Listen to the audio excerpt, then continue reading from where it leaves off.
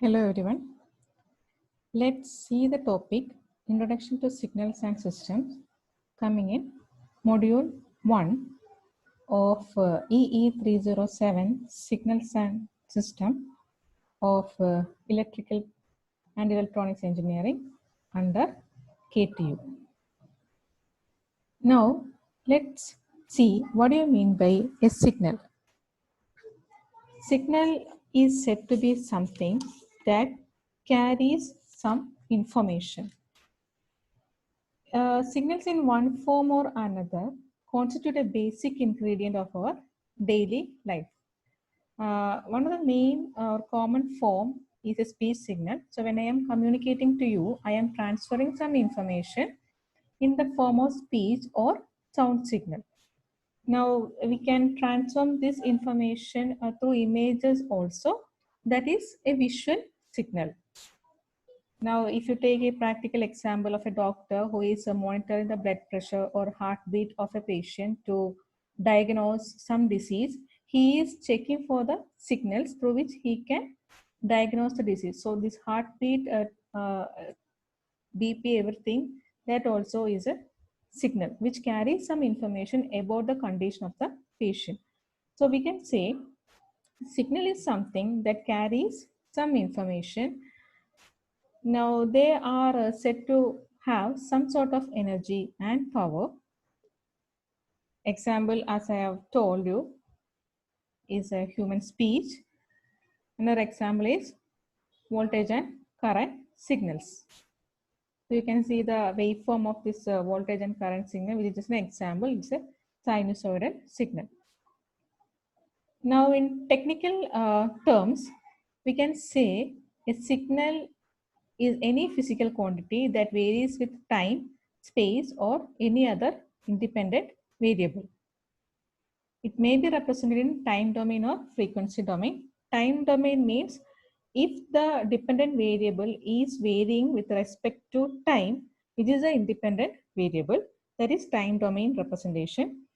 If the dependent variable is varying with respect to frequency, which is the independent variable, is frequency domain representation. So you can see this is time domain representation and this is frequency domain representation. Now next is classification. So basically these signals are classified into two types. We can have analog signal and digital signal. These are main two classification of signals. A form of digital signal is known as discrete signal, that also is coming here. So I am classifying these signals as analog, discrete and digital. Discrete is also a form of, or sorry, digital is also a form of discrete signal. From discrete only you are getting digital signal. Now in case of analog signal, this independent and dependent variable both will be continuous in nature. Mostly all the physically present signal or the naturally occurring signals are analog signals, or they are continuously varying with respect to time. Now this is a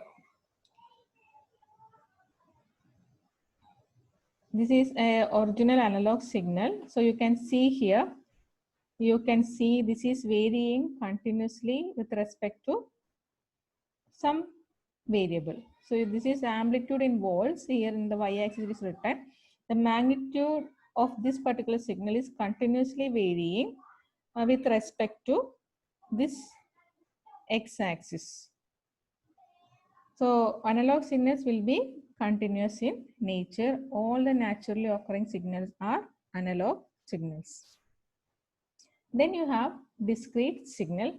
Discrete signals, they will be discrete in both amplitude and time. Now you can see here, this is what you see in the blue is analog signal, and what you see in the red is discrete signal.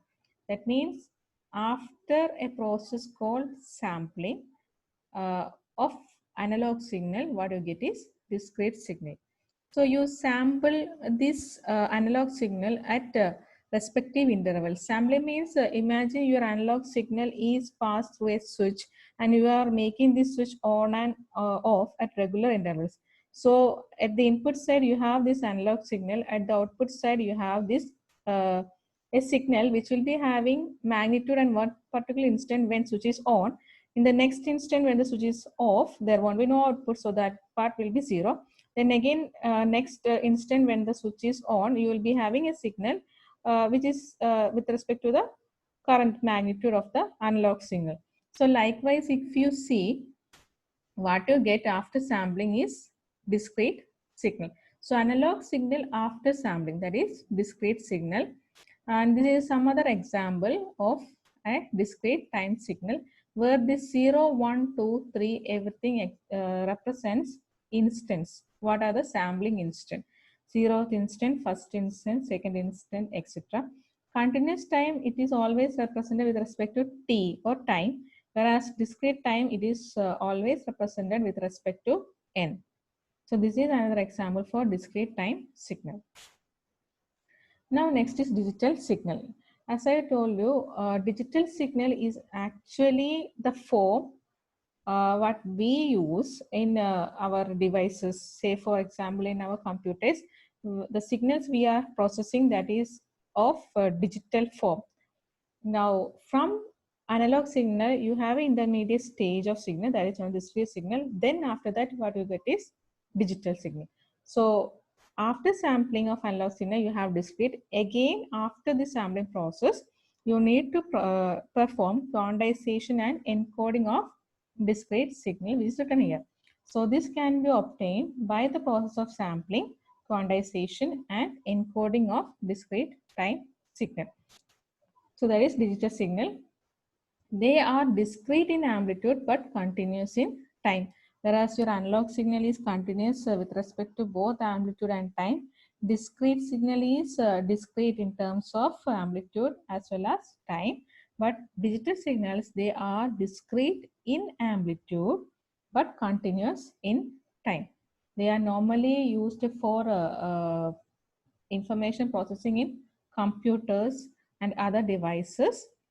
Now, the one of the main important point regarding this digital signal is that you have either 1 or 0 for this digital signal. Amplitude will be always 1 or 0. Now, whereas for discrete signal, you have seen that it can take various magnitudes. Whereas for digital signals, you have only 1 or 0. Now, this is a representation of a digital signal 1, 0. So, you have amplitude 1 at particular instant, 0 at next instant. So, this is digital signal. Next is representation of signals. You have 4 types of representation.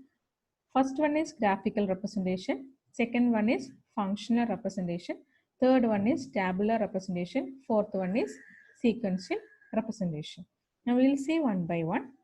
First one is graphical representation. Now if you represent this signal in the form of a figure, that is what is known as graphical representation. So this is a signal which is represented in the form of a image or figure. So this is a graphical representation of this particular signal.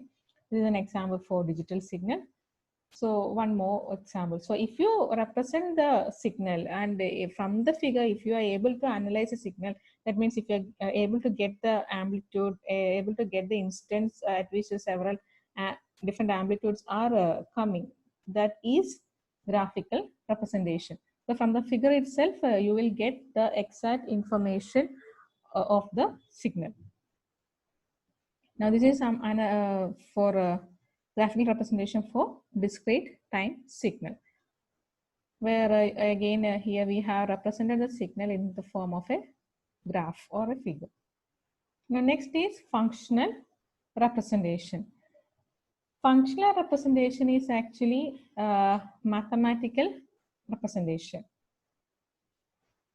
That means we know analog signal normally, for example, if you take a sinusoidal signal, we will represent the sinusoidal signal as x of t is equal to a sine omega t plus phi, where omega t is the frequency, phi is the phase, and A is the amplitude. Now, if it is a voltage signal, A will be in volts, and this is the frequency that will be in hertz, and phase will normally be represented in radians. So this is that means with the help of a numerical equation, if you represent the signal, you won't be having any figure or image related to the signal. Instead, you have just a mathematical representation, that is a functional representation.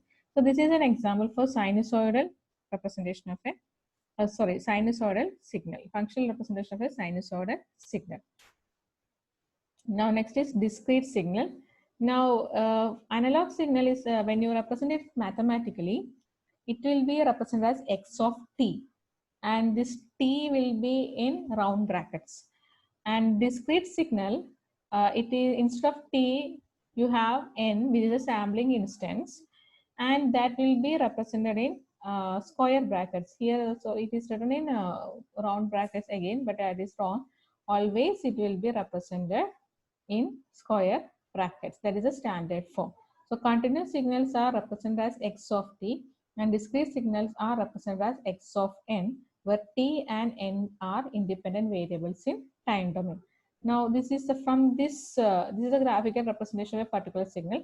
From this particular representation, you can write the signal. That means if from this we know x of 0 is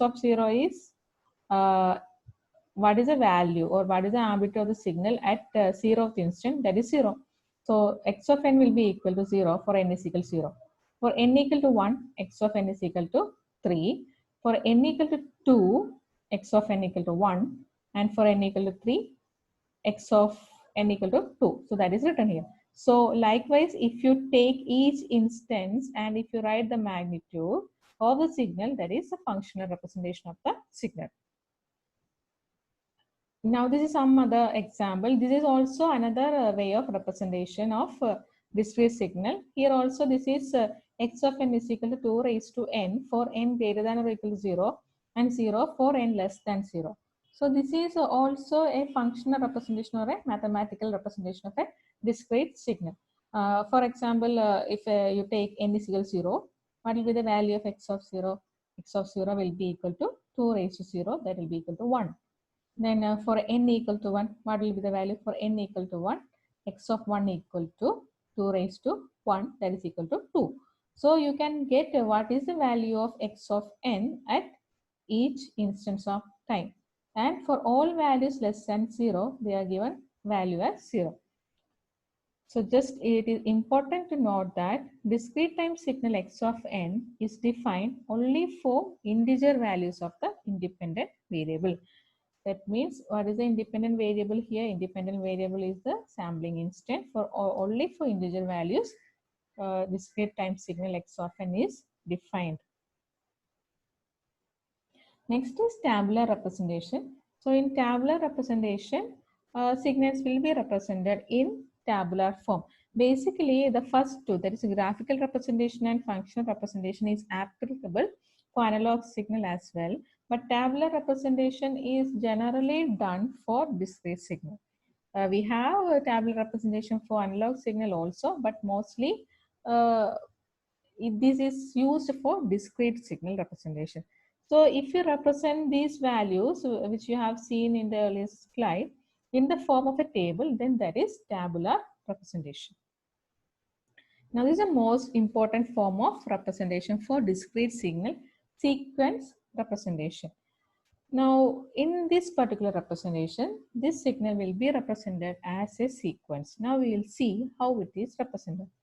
Now this is a representation where the signal x of n. So write x square brackets n, which is a discrete signal, that will be equal to double bracket minus 3. So you have the amplitude here, minus 3, 2, 0, 3, 1, 2. So just write the magnitudes in double brackets.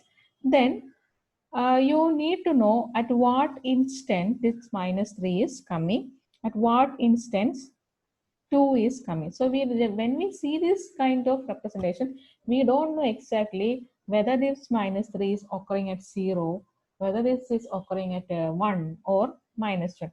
So in order to make it more clear, what we are doing is where you have 0, that is here in this signal at 0th instant magnitude is 0.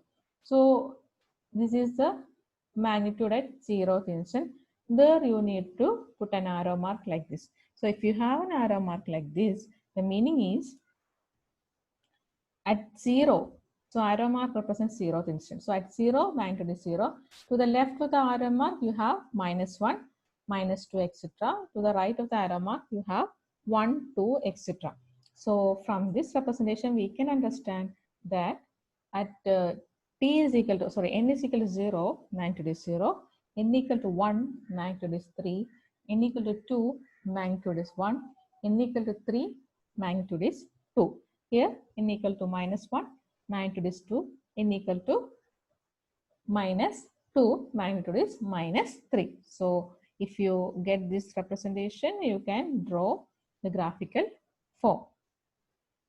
Now this is a finite duration sequence. If it is a finite duration sequence, you need to represent like this only. But if it is an infinite duration sequence, you need to show some dots which represent that is it's extending in both the direction.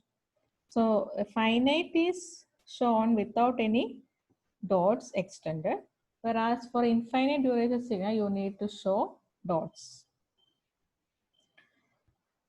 Now this is same thing what I have explained. Arrow mark denotes n is equal to 0 term. When no arrow is indicated, first term corresponds to n is equal to 0. Now if you have no arrow mark, the meaning is first term corresponds to 0 term. So we'll see that example here. Now this is written as x of n is equal to -2, 1.5, 1, 1, 1, 1, 1. So what is the meaning? See, arrow mark is at -2. So meaning is 0, at 0 you have -2. This is a 0th term. At 0 you have -2, and to the right we have x of 1, that is 1.5, x of 2 1, x of 3 1, x of 4 1, x of 5 1, x of 6 1. Now instead of representing like this, you can represent like this also. That is also absolutely same. You need not represent an arrow if the sequence is starting at 0th instant. So without any arrow mark, if you are seeing a sequence, the meaning is sequence is starting at 0th instant. Now, this is some other example. X of n is equal to 1, 2, 3, 4, 5, 6, 7, where this is the 0th term. So from 0, it is having values in the left side. So -1, -2, -3, -4, -5, -6. All these terms are there. Whereas to the right side, there are no terms, and it is a finite sequence also. So from this, what you understood, we have seen that x of 0 is equal to 7, x of -1 is equal to 6, x of -2 is equal to 5, etc. And it is a left-sided signal. Left-sided signal means you will be having a value only in the left side, and to the right side, you won't be having any value. And this we have already seen here. This is a infinite signal which is having values extended. Okay, so here arrow mark is not shown, so you can consider this 1 is at 0. Now next is elementary signals. So there are certain signals which serves as the building blocks for constructing several complex signals. Those signals are known as standard signals or elementary signals. All the naturally occurring signals can be related to any of these standard signals.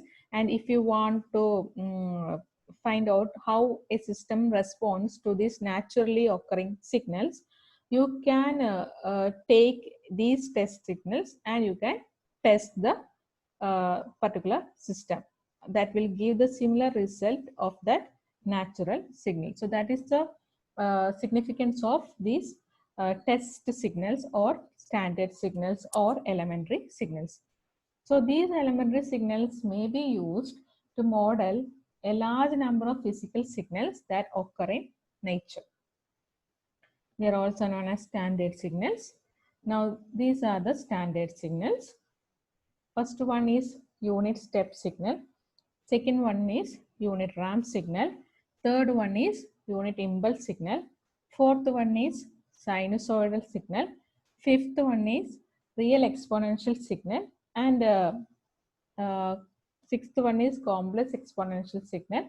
Seventh one is unit parabolic signal. So these are the some standard signal. Now we'll see one by one. Unit step signal. First one is unit step signal. So unit step signal is normally represented as u of t for continuous time, u of n for discrete time. So the term, also the letter that is representing this unit step is always u.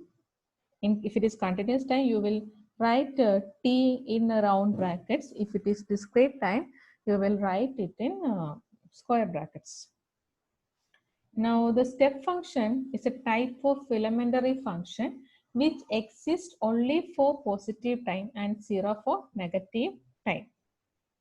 So you can, from the name itself, you can identify step. A direct step means what? A signal whose amplitude suddenly changes and remains constant forever after application. So if you have a sudden change in a signal and then that particular amplitude is keeping constant for the rest of the time, that kind of signal is known as unit step signal or step signal. Unit step signal means the amplitude will be equal to 1. That amplitude can be of any value. If you have some other value other than 1, then it is normally called as a step signal. But if the amplitude is 1 and it is keeping 1 for the rest of the time, then it is a unit step signal. So if a step function has unity magnitude, then it is called a unit step function. Now it is a useful test signal because the response of the system for unit step reveals a great deal about how quickly the system responds to a sudden change in the input signal. So if you have to know how a system responds to a sudden change in the input signal, then you can apply this unit step signal to that particular system. So the continuous time unit step function is defined as mathematically u of t is equal to 1 for t greater than or equal to 0 and equal to 0 for t less than 0. Now this is the graphical representation.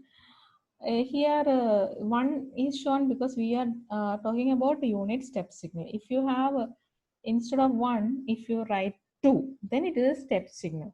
So here the value will be 2 for t greater than or equal to 0. So that is the step signal. If it is a unit step signal, magnitude will be always 1. And that magnitude can take any value. It need not be always 1. It can take any value. This is the representation of u of t, that is continuous time representation. Continuous time unit step function u of n is defined as discrete. That is discrete. U of this is in square brackets, not in round brackets. It will be equal to 1, 0 for n greater than or equal to 0, 0 for n less than 0. Now this is the representation for your discrete signal, where you can see the value is always 1 and the samples are having at distant intervals. Next is unit ramp signal. The continuous time unit ramp function R of t is that signal which starts at t is equal to 0 and increases linearly with time and is defined as R of t is equal to t for t greater than or equal to 0 and equal to 0 for less than 0. So as it is written here, it is a signal which varies linearly. See here, it varies linearly from 0. And if it is a unit ramp signal, slope will be always 1. That means it will be AT, and A will be equal to 1 if it is a unit ramp signal. Otherwise, if it just ramp signal means you need to write R of t is equal to AT, and instead of 1, slope will be A. This is the representation. R of t is equal to T U of t. All the elementary signals can be represented in terms of U of t, that is unit step signal. So if you write U of t here with the t, the meaning is t exists for t greater than or equal to 0, and for t less than 0, value is 0. This is why? Because magnitude of U of t is always 1. So when you multiply t with U of t, magnitude will be t again, but it will be for only greater than 0 instance. For t less than 0, since U of t is having 0, this value will be 0. So you can write R of t is equal to U of t. Now unit ramp has unit slope. It is a signal whose amplitude varies linearly. Linear variation means if the instant is 1, amplitude will be 1. If the instant is 2, amplitude will be 2. Like that it varies. So that is linear variation. Now same way you can represent discrete signal also. This is the representation. R of n will be equal to n for n greater than or equal to 0, 0 for n less than 0. And similarly, this can be written as R of n is equal to n into U of n. Next is unit parabolic signal, that is represented as P of t or P of n. The other name for parabolic signal is unit acceleration signal. This is the other name, acceleration signal. Now this is P of t is equal to t square by 2 is the equation for t greater than or equal to 0, 0 for t less than 0. So with U of t, in terms of U of t, you can write it as P of t is equal to t square by 2 U of t, and this is the graphical representation of parabol. The discrete time unit parabolic signal P of n will be like this. So if you join these points, you will be getting the same signal. Now, how you are able to get this value? You just take t is equal to 0. So P of 0 is equal to 0 by 2, that is 0. Then you take 1, it will be 1 by 2. So at 1, you will be having 1 by 2. Like that, you take all the instance. So at 1, let it be 1. So at 1, what you have? 1, you have 0 0.5. 0.5. Then you take 2. At 2, what you have? 2 value will be 4 by 2. It will be 2. So you note down all these points. So this is the first point, 1. At 1 you have 0.5. At 2 you have 2. At 3 what you have? At 3 it will be 3 square by 2. 9 by 2. So 4.5. So join all these points. You will be getting a parabolic shape. This is how you draw this. Here also same. Only thing, instead of drawing like this, you need to write it, draw it as samples. Now next is one of the main type of elementary signal, that is a unit impulse signal. Now unit impulse signal is the most commonly used elementary signal. It is also known as direct delta function. It is defined as integral minus infinity to plus infinity, minus infinity to plus infinity del of t dt, which is equal to 1, and del of t will be equal to 0 for t not equal to 0, del of t is equal to 1 for t equal to 0, and 0 for t not equal to 0. So this is the general representation. del of t is equal to 0. For all values, delta of t will be equal to 0. Whereas at t is equal to 0, what will be value? Value will be 1. This is for unit impulse signal. Now, if it is just an impulse signal, it can take any value. Let it be a. So, at t is equal to 0, value can be a. A can be 2, 3, etc. up to infinity. So, that is an impulse signal. If the magnitude of a equal to 1, then it is a unit impulse signal. And this is another representation minus infinity to plus infinity, del of t dt equal to 1. You just imagine minus infinity to plus infinity over the integral means what? You are adding all the values of the signal from minus infinity to plus infinity. That is the meaning of integration. So if you add it and imagine this is existing only at t is equal to 0. So for all other instance, value is equal to 0. So 0 plus 0 plus 0 plus etc. etc. When it is a time t is equal to 0, you have 1 plus again 0, 0, 0, 0, like that will go. So when you add it together, you have 1. So that is the meaning of this one. It is an idealization of a signal that is very large at t is equal to 0 or very small away from t is equal to 0 and has integral value equal to 1. So the signal will be having very high magnitude at t is equal to 0. This is the representation, graphical representation at t is equal to 0. Value is 1. This is for unit impulse signal, del of t or del of n. Now this is the unit impulse for discrete sign. It is also known as unit sample sequence and is defined as del of n equal to 1 for n equal to 0 and 0 for n not equal to 0. Then this is the graphical representation. Next is sinusoidal signal, which is already known to you.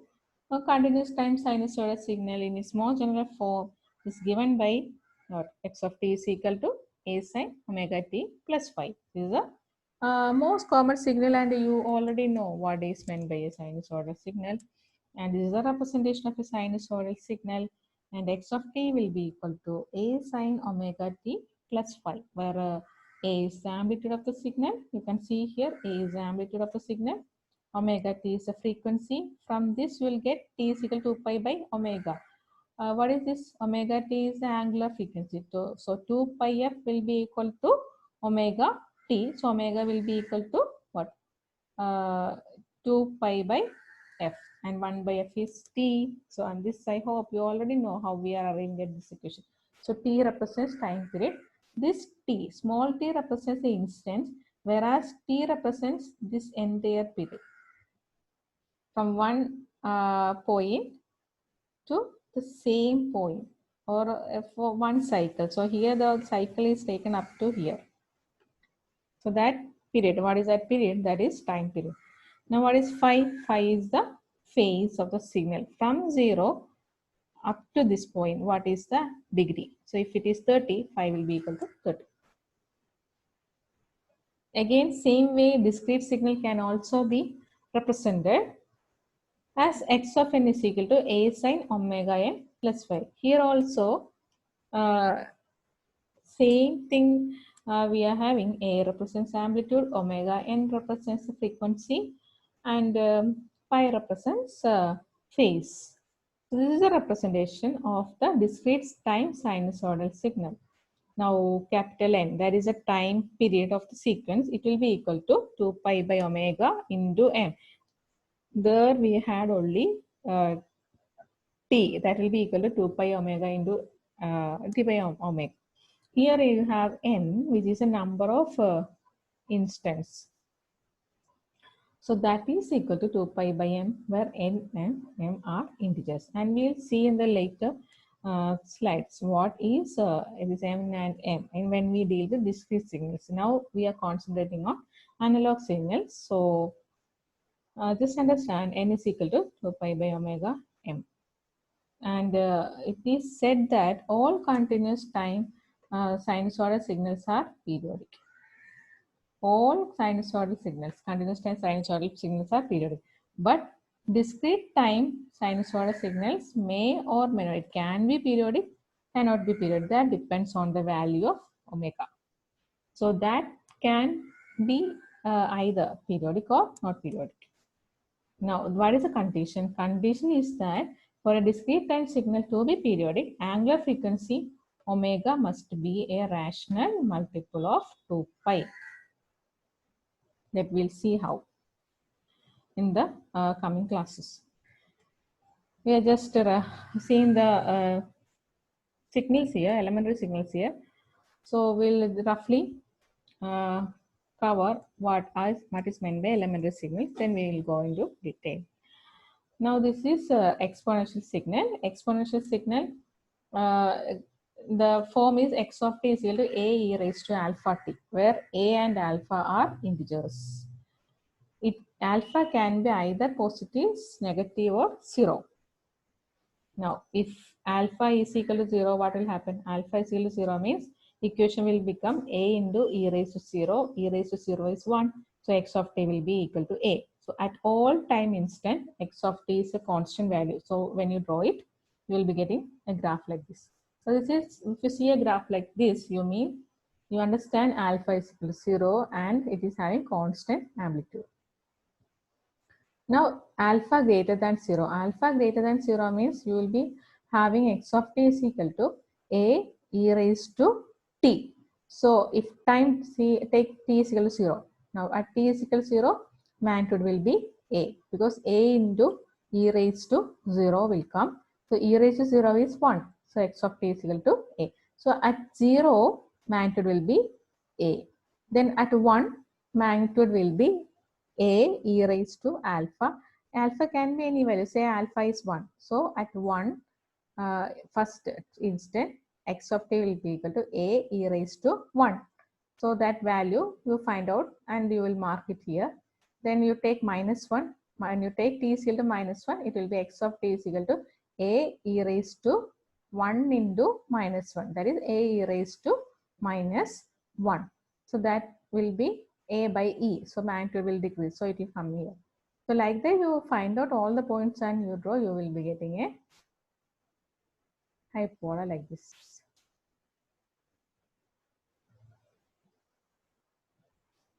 So the parabola like this.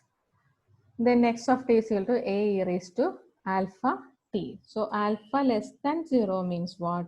Alpha will be negative. So alpha is negative means you take time instant, different time instance. When you take different time instance, you find out what is the value of x of t at t equal to 0. So same way you will be getting magnitude a. So here also magnitude is a. Then what you have? Then you have alpha less than 0. So alpha you take minus 2. Alpha is minus 2. So x of t is equal to a e raised to minus 2 when t is equal to 1. A e raised to 2 when t is equal to minus 1. So it will be increasing in the left side. So in negative part, a e raised to positive factor will come. In the positive part, since alpha is negative, a e raised to negative factor will come. So here the magnitude tend to decrease, whereas here in the negative side of the axis, you have magnitude trying to increase. So this will be in this, like this, it will be decreasing. So this is the parable. Just opposite to this. So this is exponentially decaying signal. This is not an exponentially decaying signal because it, as t tends to infinity, magnitude is approaching 0. Now this is growing exponential signal because here at t tends to infinity, magnitude is tending to increase. Now discrete time exponential sequence, this same, but representation is x of n is equal to a raised to n. A can be greater than 1 or less than 1. Yes, you just take some values of a, and for each instance of n, you find the magnitude, and you just draw the samples at that particular instance. You will be getting some shape like this. So it is growing. If a is less than 1, it will be approaching 0 when n increases in the positive direction. So this is growing signal, this is decaying signal. One thing you need to note down, x of n here is equal to a raised to n. whereas x of t is equal to a e raised to alpha t. So the equations are different. It is not like the other signals. Here the equations are different. So this is all about introduction to signals and elementary signals. So let's stop this here, and we will see what is the classification of the signals in the next video. Thank you.